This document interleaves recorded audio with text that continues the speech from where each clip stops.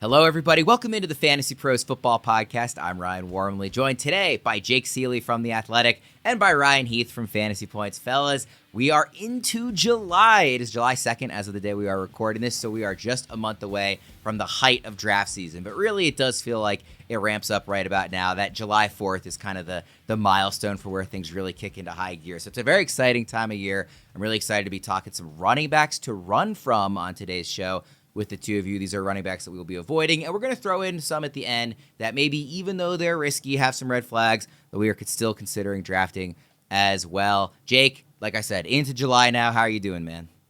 I'm doing good. I'm doing really good. It's July. I have 2-3 more weeks before the real hellstorm starts for all of us, but at least it's creeping in. We know that the people want it.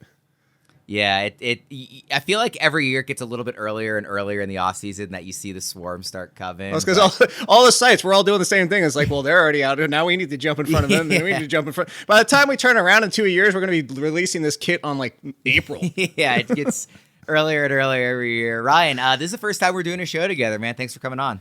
Yeah. Thanks for having me so much. Very excited. Awesome to meet and work with both of you. This should be a really fun show. What do you have going on at Fantasy Points right now?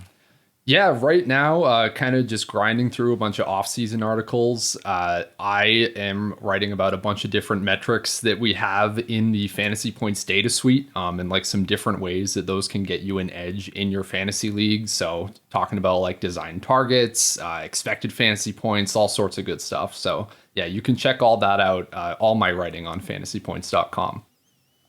Jake, any projects you're working on at The Athletic? Actually, my breakout top 7 wide receivers just came out today, and I actually use Fantasy Points to back up my opinion of Josh Downs and using his separation score and win rate percentage. I like to do the mix of both, and so, yeah, I was on the site yesterday. Thank you, Scott Barrett, for that.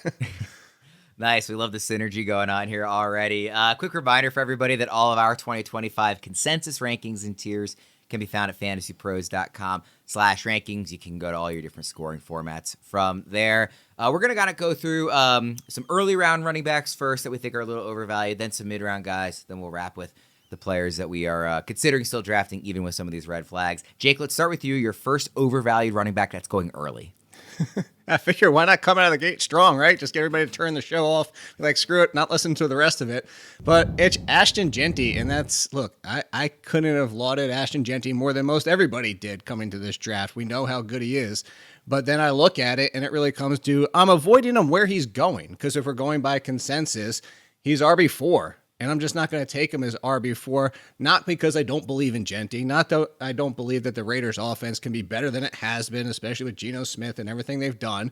I just don't believe in taking Jeanty in front of Derrick Henry and Josh Jacobs. And I know there's a Christian McCaffrey argument out there, but I'll still take him, mostly because I know this team still has to face some of the toughest run defenses in the league. Twice they faced the Chiefs. And I know this is all on paper. Things can change by the time that they face each other. And that happens every single year. But I just look at Jeanty and I go back to Bijan Robinson, who we were all excited about. Bijan was going second, third, fourth running back off the board because he's Bijan Robinson, just like Jeanty is right now.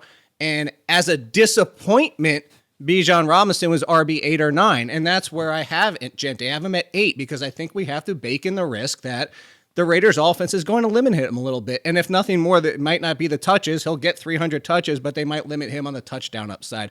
I just think he's a fine pick early in the second round.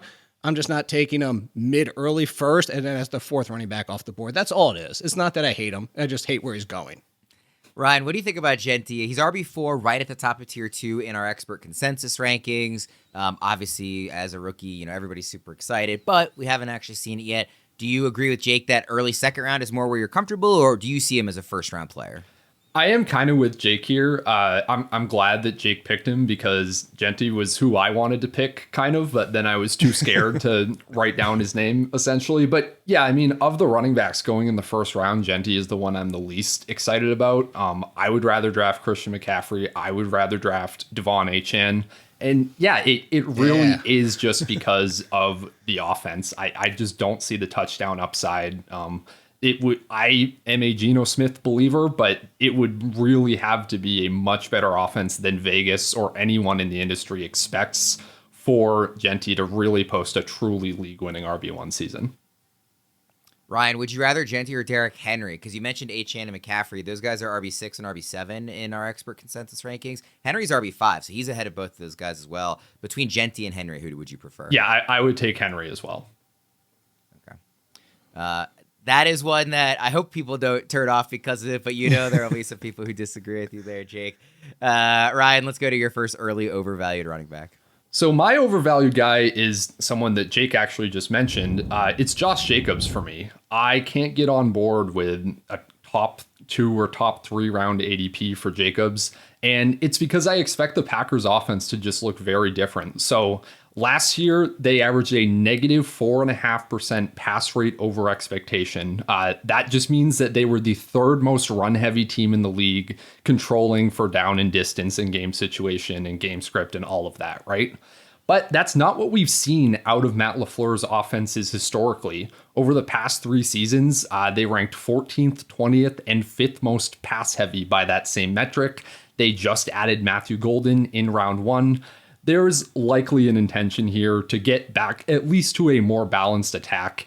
And even before Jordan Love's midseason groin injury, he was averaging 35.8 pass attempts per game. That was 4th most among quarterbacks. So just kind of this confluence of factors that happened last year with Love getting banged up and with the Packers kind of beating up on a lot of really bad teams in the second half of the year, it led to all of this awesome production for Jacobs, but I just don't expect the environment to be the same. This year, the Packers have a bottom 10 schedule by opponent Vegas win total. So again, they're probably not going to be coasting to wins like they were last year. And Jacobs has been very game script sensitive over his career. He averages 7 fewer points per game in half PPR formats in losses than he does in wins since 2022. So I would just much rather have kind of any other 2nd or 3rd round running back than Jacobs at this point. I really agree with you on this one, Ryan. I think the point about Love's injury is just like very central to this argument. And I would be very surprised if they are as run heavy this year as they were last year, assuming Love is healthy. I want to quickly ask you before I throw to Jake on Jacobs. Do you think Jordan Love is then undervalued if you're expecting more passing? He's currently QB 17. I know this is a running backs episode, but I'm curious, like, if you're lower on Jacobs, does that mean that you're higher on Love? Yeah, I'm a bit higher on Love than that. It's hard for single quarterback leagues just because like the big upside QBs are really all that matter. But yeah, certainly in Superflex, I think Love is a great pick. And I think maybe the most actionable way to do this is Matthew Golden and Jaden Reed, if I'm correct, and the Packers are throwing more. Both of those guys are really interesting values. Jake, how do you see this offense playing out? Is Josh Jacobs overvalued at RB9? I actually think he's probably pretty much right in value. I'm obviously on the slim side of this one because you guys are in agreement, but I would take him in the 2nd round mostly because I actually don't disagree a lot with what Ryan said. It mostly comes down to even if you go back to 2 years ago, we're still talking about over 330 carries between Jones and Dillon in that backfield. And if you just take Jones in the passing game that year, about 40 targets, which that's all. I don't expect Josh Jacobs to all of a sudden offset the rushing concerns with 70 targets. That's not going to happen. But I think the touchdown equity is still going to be valuable. I do think that I actually have him for less touches or fewer touches to do it correctly according to Game of Thrones. Fewer touches in the run game. But I still think hovering around 310 to 320 receptions included is why I'm okay with Jacobs. I would agree if he was 1st round, early 2nd, but I would take him neck and neck, like I said, right with Jeanty because I believe in the touchdown. I think their touches could be similar. I think the touchdowns will be better for Jacobs, and maybe that's where it's a little bit different. So I am willing to take him in the 2nd round. My dad is an English teacher, so that line in Game of Thrones of fewer is his favorite line in the show. I would have to imagine. By the way, I love, Jake, when you say I agree with what Ryan said because I can pretend you're talking about me and not our guest. It actually worked because I could agree with the Ryans. Yeah, exactly. I do want to remind everybody about our cheat sheet creator. If you're tired of draft day uncertainty, the cheat sheet creator is your personal guide to perfect league-specific rankings. Visualize your path to victory as you add tiers and sync your league to craft custom rankings, ensuring every pick is strategic and tailored to your league settings. Sync your league and enter your draft with confidence using the cheat sheet creator at fantasypros.com/sheet or on the Fantasy Football Draft Wizard app. All right, Jake, let's go to your next early overvalued running back. Way overvalued in my opinion. This was before the signing to add even more concern in this backfield with Chubb. But we always say we never own a player, and well, at some point there's always going to be a breaking point where if he falls far enough that you will draft said player. I have a feeling this is one that I actually will never own because I have Joe Mixon in the mid-20s. I cannot ignore the injury concern, the signing, and honestly, even if you look at the drafting situation of Woody Marks, I actually thought Woody Marks was a very nice handcuff initially before the signing to say that, hey, if Joe Mixon isn't 100%, similar skill set in some ways to Joe Mixon, some ways, not all, but I look at his backfield, I'm just like, man, this is about to be gross. And I think that you see that the Texans were not confident in what they had. They added Marks. They know that Dameon Pierce hasn't been the answer since his rookie season, but they went out and made this signing Nick Chubb and said hey, maybe Joe Mixon, we should be more concerned than we already were. I already had Joe Mixon outside the top 15 before the signing. And like I said, now I have him down in the range of a Pacheco. I'd rather just take Pacheco and hope he rebounds to his pre-injury performance than to gamble that Mixon is anything what he's been. And as much as we've enjoyed Mixon in fantasy, I don't think you'll find a single person that would argue against saying he's been volume reliant. And so if the volume's not there, and it's not, the worst case in the world to say, hey, he is volume reliant, but if he's not getting 300 touches and he's only getting 200, I mean, honestly, a mid RB2 might be the best case scenario. Yeah, Jake, even aside from the more crowded backfield, I think we're hoping that the Texans throw more too. I mean, it became a running gag last year that they started every drive on 2nd and 9 because they were just running for sometimes a loss, but usually a yard or two at most to start every series. And it was the Giants offense. They stole their playbook. Yeah. So I'm with you on this. I could see myself having Joe Mixon in some leagues, but I'm gonna feel terrible about it if I do, and I will not be aggressively going after him. So mean. Far from it. Ryan, what do you think about Mixon this year? Yeah, I agree with pretty much everything that Jake said. Another thing I would add is that this Texans offensive line could once again be easily the worst in the league. The reports right now out of camp are that they're just rotating starters at all the positions. They don't know where anybody's actually playing. That's just very, very bad vibes to me. So yeah, fully with Jake here. I also do not want Mixon on any of my teams.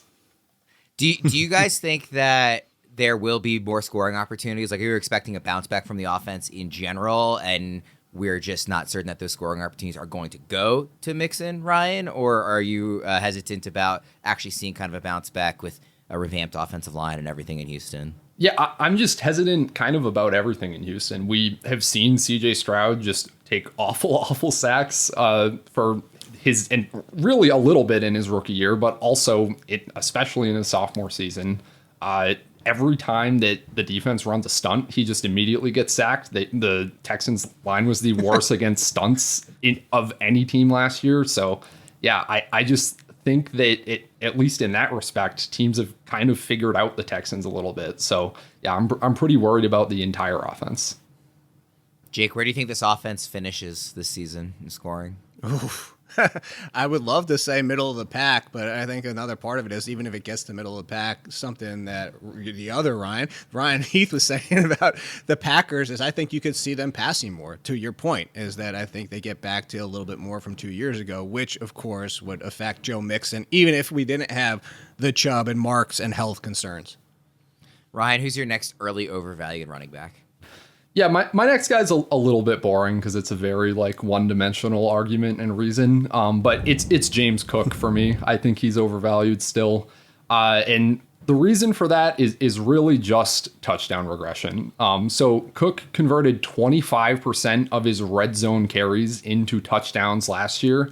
That was easily the most in the NFL. It was more than all of the league's best and most efficient goal line backs, better than Derrick Henry, better than David Montgomery, just all insane touchdown efficiency that we saw from him on the ground. On top of that, Josh Allen is always going to take around 30% of the red zone carries right off the top at the very least. At Fantasy Points, we have a metric called expected fantasy points per game, which will just kind of show you how valuable each touch is because it's different in the red zone, near the goal line, or what have you.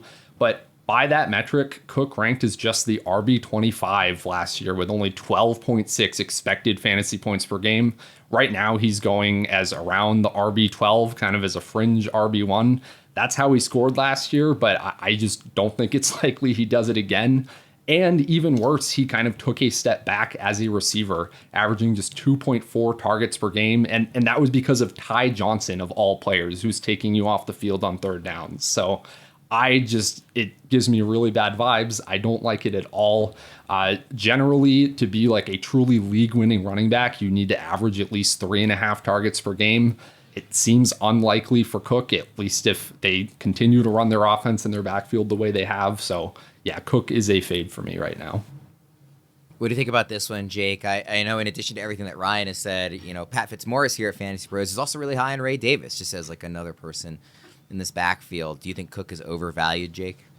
I think he's slightly overvalued. It seems that at least somewhat of the community, the fantasy community, it realizes what Ryan says, and he's spot on with this. I mean, if you go to David Montgomery, who had, if you just talk about pure rushes to touchdown, is a 6.5% mark, which is extremely high.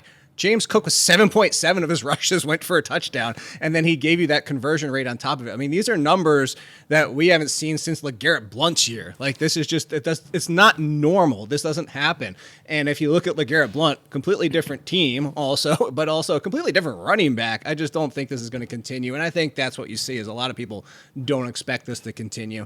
And if you take even 6 touchdowns, which isn't even cutting it in half, but if you take 6 away, we're talking about an RB2 just because he only still ran the ball 207 times. So I'm with Ryan on this one. Disagreed on the first one, but completely on board within this one is I'd rather have James Cook further down the draft if I can. The good news is because of where he's going, I'm usually taking a wide receiver here anyway.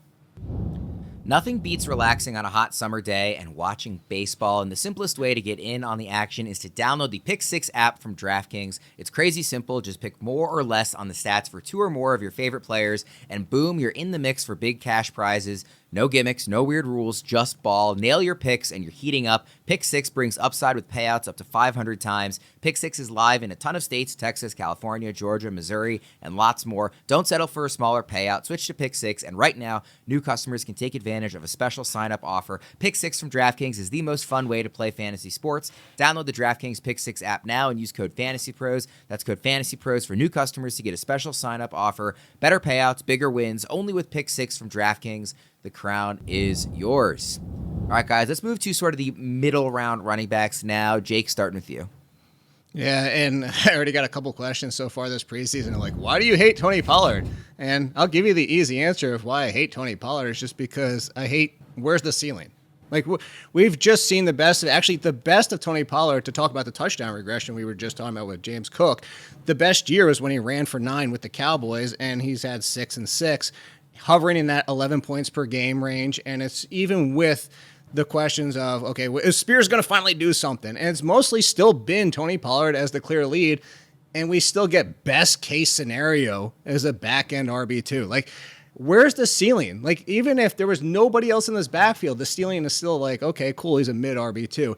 And that's my issue with it, is that he's going as a back-end RB2, and I'd rather have him as an RB3 or the first running back off my bench. Maybe if I had 4 wide receivers and a running back and he's my second RB, cool, I can get with that.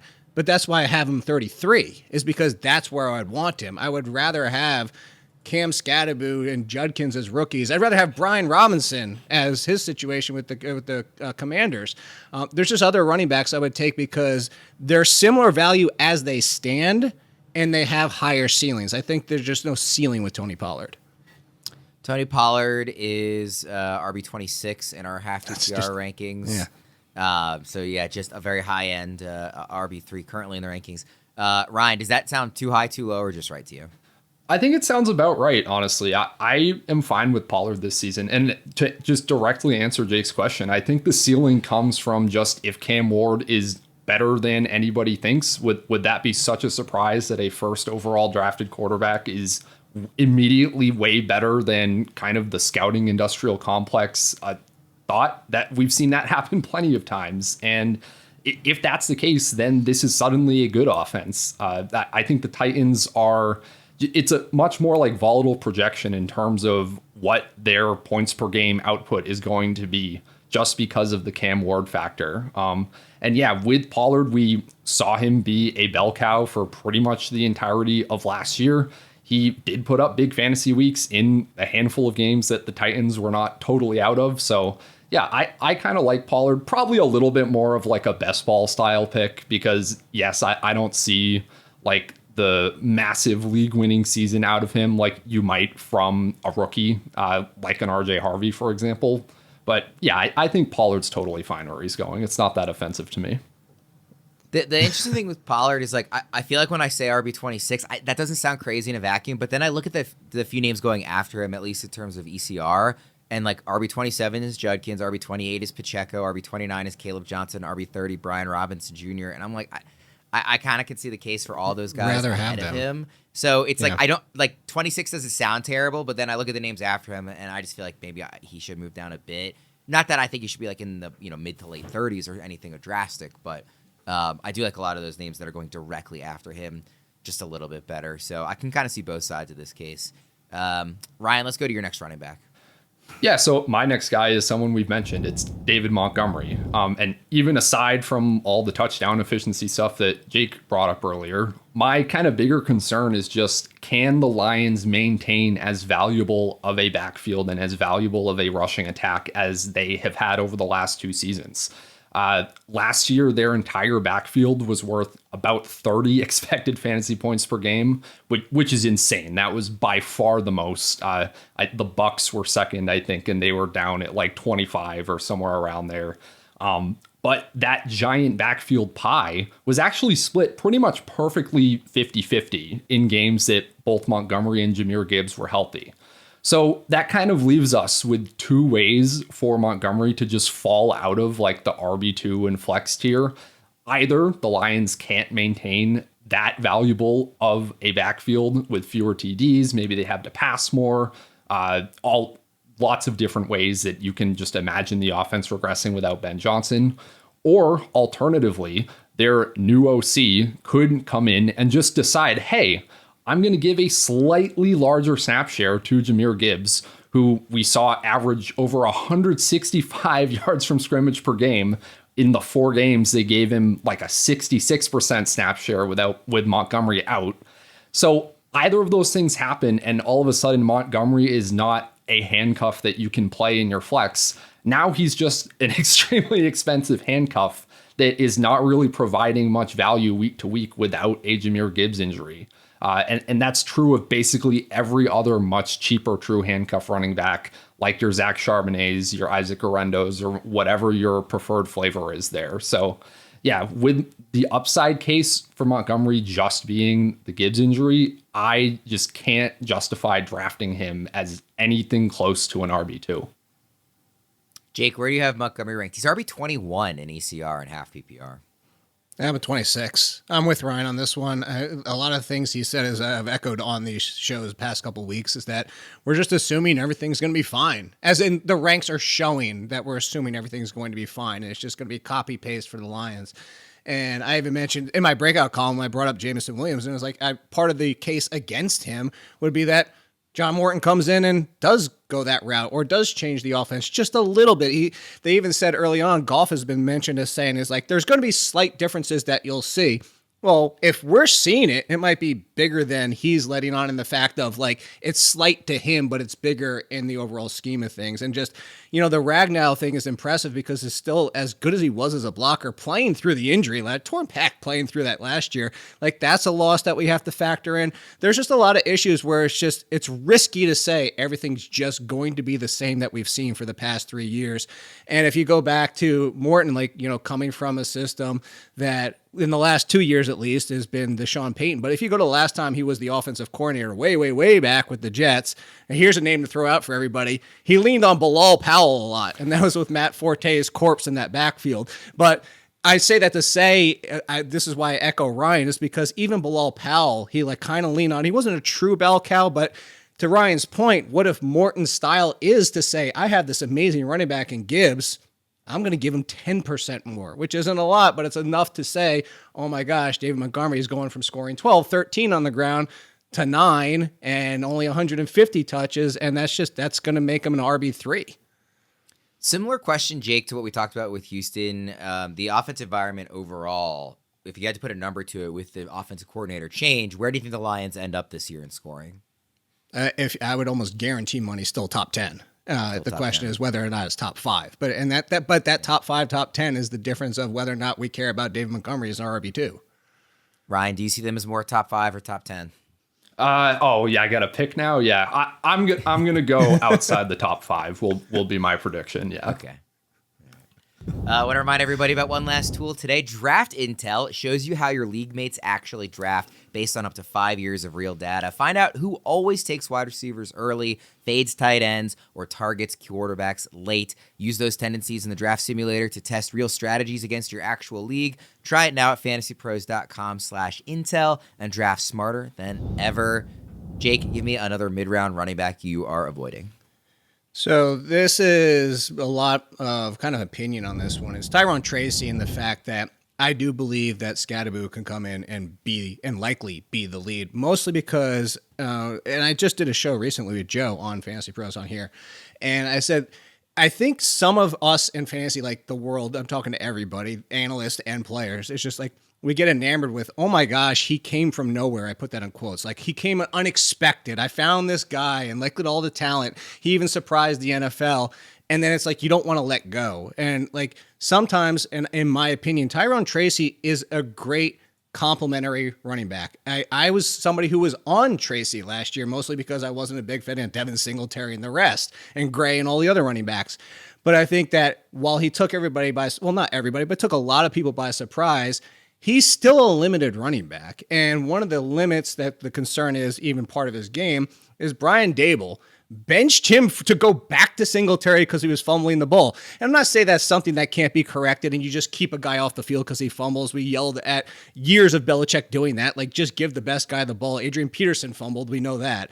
But I'm saying all this to present is that I think Scadaboo versus Tracy, if I'm taking talent versus talent, I would take Scadaboo over Tracy. And I think part of Scadaboo's game that gets underrated is his pass catching ability, which is really where the game of Tracy comes from because of his explosiveness.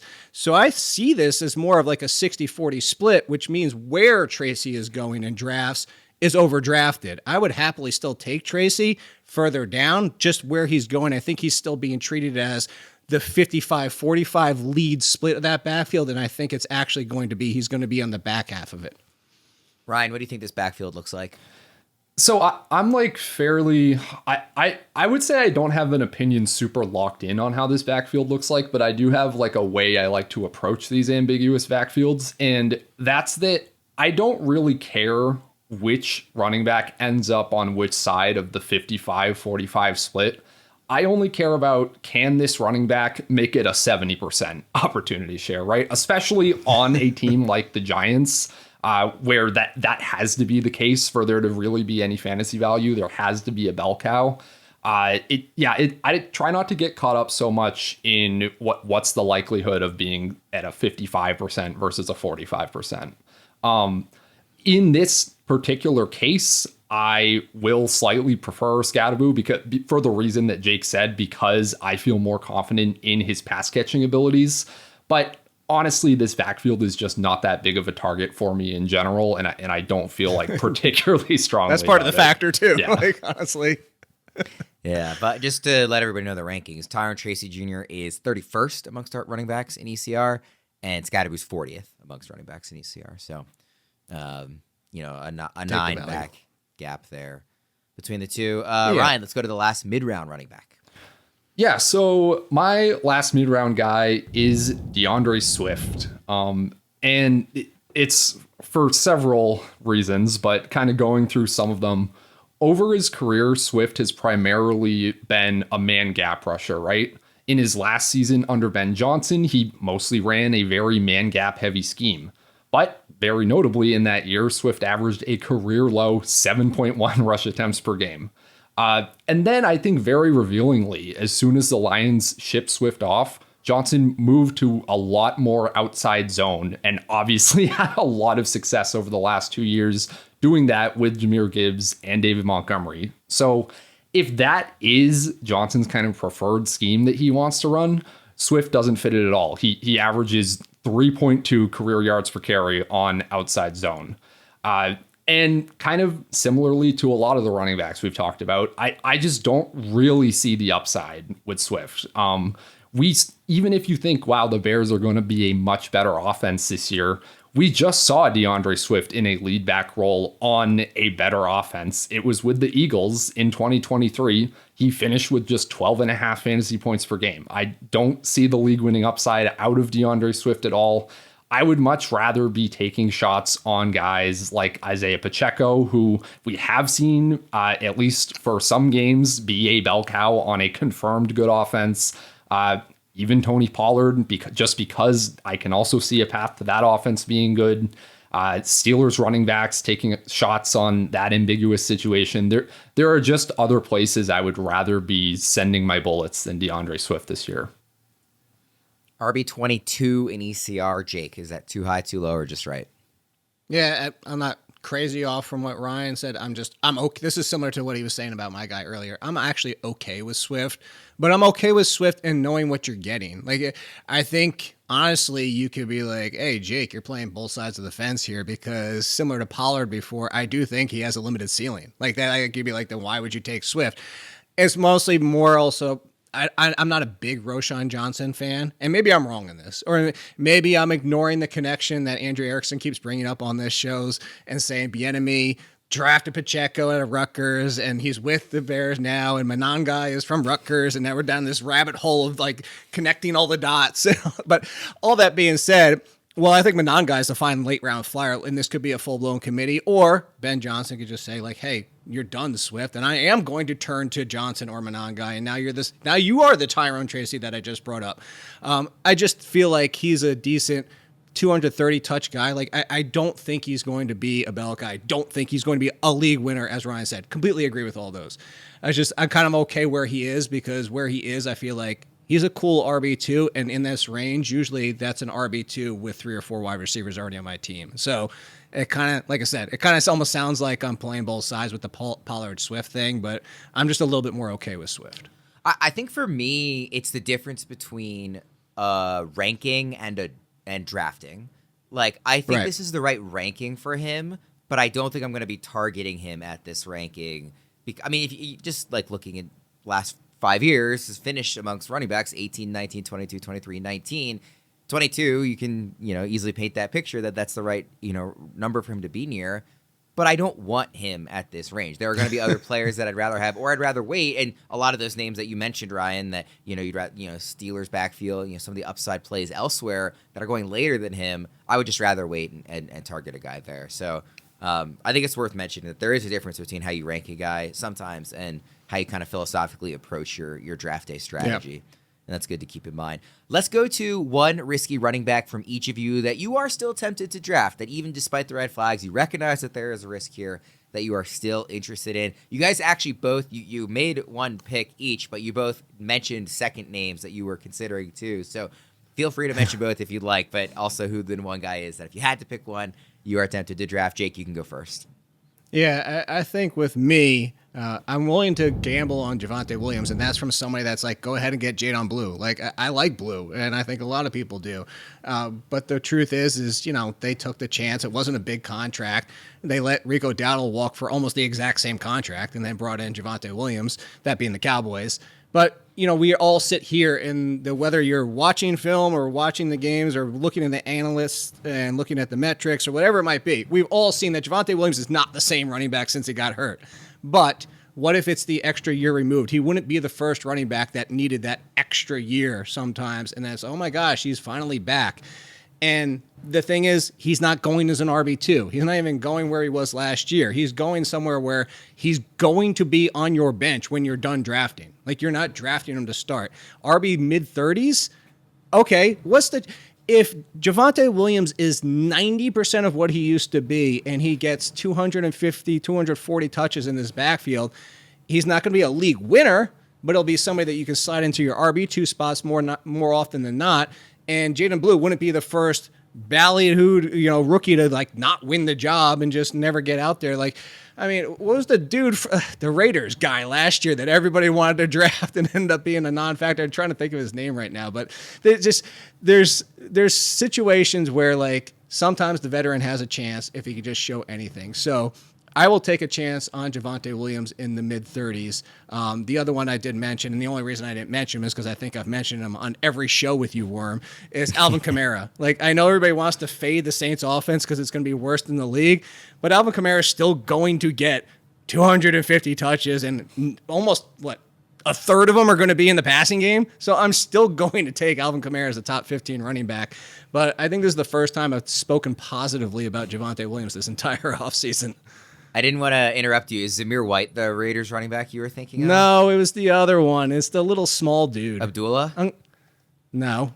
I'm going to pull it up. Raider. It was just drafted last year. Was it Dylan Labe? Thank you. Okay. Labe. Yes. Everybody wanted Labe at the end of the rounds last year. It's like, he's going to take over because they have nobody else. Right, and that's kind of how it. Now, I like Blue significantly more than Labe, but I'm just saying, these scenarios happen. Yeah. I'm with you on Javonte. I've been talking about him actually for a couple episodes now. Like, again, not that I think he's some league winner who's going to finish as an RB1, but if he stays healthy this season, there's just no way that he's not giving you value compared to RB36 off the draft. I mean, he's barely an RB3 in the rankings right now. I don't believe in anybody else in this backfield is going to get in his way. And this is not even saying that I think he's going to be back to his pre-injury self. He doesn't need to be in order to give you really good value, I think, on this. Everybody else down by Javonte are backups needing something to happen. Javonte doesn't need anything else to happen, be the lead running back from day one. And that's the one different. Like, again, if he gets up to RB26, goodbye, you're never going to touch my team. But at 36, it's worth the gamble. And I think this is going to be a good offense, too. Like, I think there are going to be touchdowns available to score. I think this is the comparison that Erickson has made with Javonte this year is like J.K. Dobbins last year, like a guy with an injury history, but there's nobody else in the backfield. If you think the offense is good enough, that he's just going so late that you can't pass it up. And that's really, again, I'm not calling him a league winner. Like, I'm with you, Jake. I'm not saying there's some insane upside. And if he was going higher, I wouldn't be interested. But at this cost, like, the opportunity is what it is. Javonte Williams, Ryan, what do you think about him? To me, I just don't see that big of a difference between Javonte Williams and like Miles Sanders, which is kind of my whole issue with him. That with the Cowboys backfield, and this has been my take on the Cowboys backfield for the last 2 seasons, it's not a backfield that I believe is very likely to create fantasy value to the point that you're starting anybody in it in like a normal lineup. The only way it happened last year was Dak getting hurt and the team saying, okay, we're just going to pack it in and run the ball a ton, even if we're way down. And also Zeke had to skip a meeting or whatever it was for him to get benched and for Dowdle to really take over as a bell cow. So and then your reward is like a low end RB2. So yeah, I just am not, I can't be in on Javonte. I can't do it. Are you then drafting at RB67? Are you taking Sanders if you don't see a big difference, but there's a 30 spot that gap still might be too high. Ranking? Yeah, it may be. Yeah, I'll say in best ball, I've been dabbling in final round Miles Sanders. I think that has been like a better best ball pick than Javonte Williams many rounds earlier. But yeah, I'm just mostly not in on this backfield at all. What risky running back are you tempted to draft, Ryan? Yeah, so going a little further up the board, I think the guy that best fits this description this year is Breece Hall. So obviously everything that happened with Hall last year happened, massively disappointed at a top 3 ADP. But zooming out a little bit, over his first 2 seasons in the league, Hall averaged 22 fantasy points per game when he was above a 50% snap share. And that's mostly just removing injured games and some like early in 2023 when he was playing a part-time role coming back from that ACL tear. Over his entire career, Hall averages 4.8 targets per game. That is 4th best among active players over that span behind only Christian McCaffrey, Alvin Kamara, and Austin Eckler.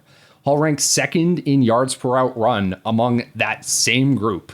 And you'll notice Christian McCaffrey, Kamara, Eckler, all of these players have been perennial league winners. They have combined for 12 league winning seasons since 2017 as measured by ESPN playoff rate.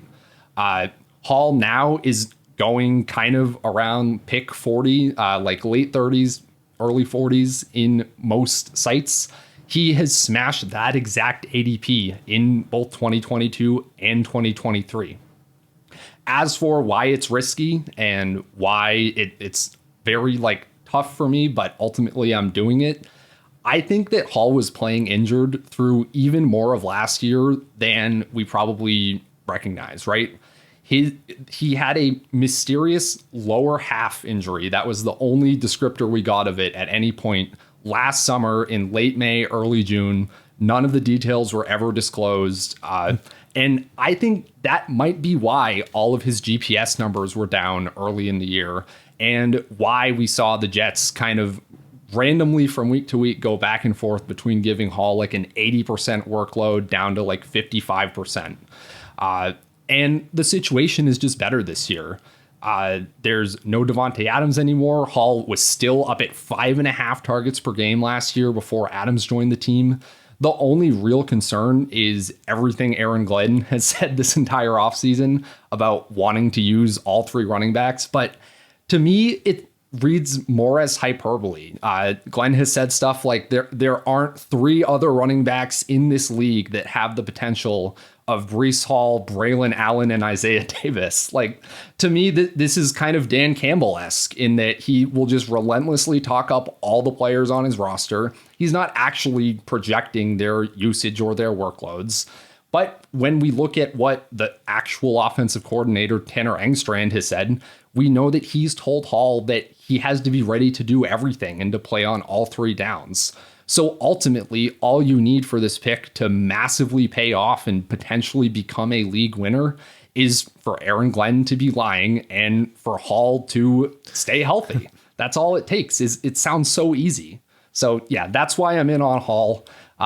The other guy that I'm in on is Ken Walker. I think he's a little risky for the same reason, just injury history, but I care about that a lot less than probably the average fantasy analyst.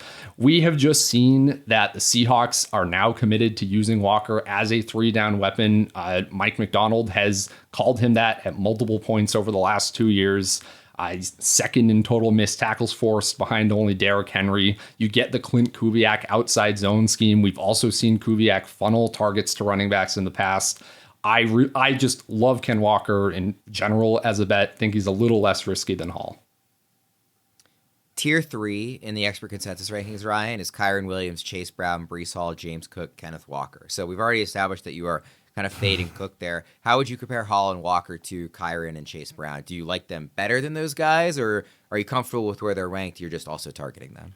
Yeah, I'm comfortable, honestly, with where all four of those guys are ranked.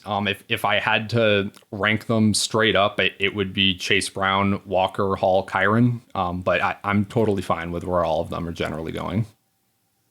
Jake, what do you think about both Breece Hall and Kenneth Walker? Yeah, well, if people have tuned into the previous shows, they know that I'm apparently the Kenneth Walker hater. So it just established that I'd be more in on Hall. Everything that Ryan said, completely agree with. And the thing is, if Hall was going earlier than he was, and actually where he was going about 2 or 3 months ago, I was more off on Hall initially than to the value where he's at now, which I think is a fine price. Mostly the concerns, and Ryan pretty much touched on them, I do have some concerns if you look at the Justin Fields offense from past years, and I know completely different teams and completely different schemes, but getting to that goal line, you kind of offset Justin Fields at the goal line with the bigger power. And it's not that Breece Hall doesn't have his own power. Breece Hall is a terrific 3-down running back. It's just, what if there is some truth to this? And what if Braylon Allen is the discount David Montgomery to this team? And, you're looking at the situation with Breece Hall turns into Jahmyr Gibbs, and it's the Jets versus the Lions, and we don't like the offense as much as the two. And that's just my concern. My concern is that the touchdown equity takes a hit if they really do lean on Braylon Allen as the power option, which is something that he excels at. And again, not that Breece Hall can't. And then you have the chicken and the egg argument. You have the Justin Fields doesn't throw to his running backs a lot. Well, was that a microcosm of what he was dealing with at running back, or is that just how Justin Fields plays his offense? So all those concerns, I'm saying, is why Breece Hall's not going as an RB1. And that mysterious injury, I love that you bring that up too, because like late in the year, we also got, it might be the knee that he had the ACL surgery on. And like that just terrified me, but that was last year at the end of the year. But if that somehow carried over, all that I'm saying is to say, even with all those concerns, where he's going, I'm okay. If he starts to get positive news and creeps back up and gets close to top 10 like he was 2 or 3 months ago, I'm probably out at that point. But where he is now as kind of like, what is he, RB 13, 14, I'm totally okay with that. We'll go ahead and wrap things up there. Those were all of our running backs to run from, plus a couple that we are considering drafting there at the end. Thank you to both Ryan and Jake for joining us today. And thanks to everybody for tuning in. We'll see you again next time.